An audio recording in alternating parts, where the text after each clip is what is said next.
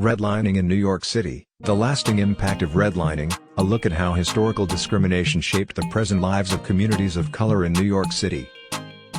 Redlining is the practice of denying or limiting financial services, such as mortgages or insurance, to certain neighborhoods based on the racial or ethnic composition of those areas. In New York City, redlining was a widespread practice in the 20th century, particularly in the years following World War II. Banks and insurance companies often used maps that were color-coded to indicate which neighborhoods were considered risky for lending or insuring. These maps were often used to justify denying loans or insurance to residents of neighborhoods that were predominantly Black or Latino. Redlining had a lasting impact on the city's neighborhoods, as it led to the concentration of poverty and disinvestment in many communities of color. In New York City, redlining was particularly prevalent in neighborhoods that were predominantly Black or Latino. Maps used by banks and insurance companies often designated these areas as high risk for lending or insuring, which made it difficult for residents to get mortgages or insurance. These maps were often used to justify denying loans or insurance to residents of neighborhoods that were considered risky due to their racial or ethnic composition. One of the most well-known redlining maps of New York City was created by the Homeowners Loan Corporation,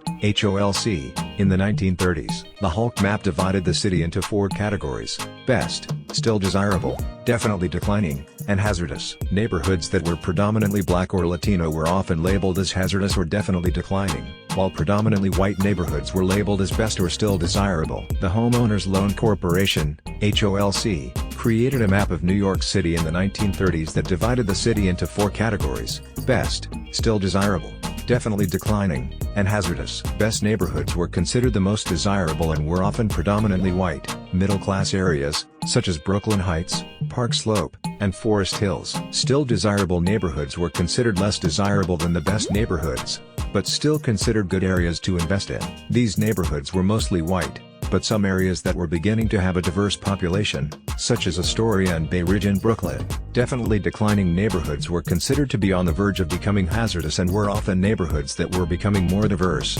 such as the Upper West Side, Harlem, and parts of the Bronx. Hazardous neighborhoods were considered the least desirable and were often predominantly Black or Latino neighborhoods, such as the South Bronx, East Harlem, and Bedford-Stuyvesant. It's worth noting that these designations were based on the racial and ethnic compositions of the neighborhoods, and often ignored other factors such as the economic conditions of the area. This has resulted in a legacy of discrimination that has had a lasting impact on many communities of color in New York City. The practice of redlining in the past has had a lasting impact on the lives of people in New York City, particularly those who lived in neighborhoods that were targeted by redlining policies. The legacy of redlining can still be seen in many parts of the city today, where neighborhoods that were redlined in the past continue to struggle with poverty, unemployment, and lower property values. One of the most significant ways in which redlining has affected current lives in New York City is through economic disparities. The lack of access to mortgages and insurance that was a result of redlining prevented many residents from building wealth through homeownership.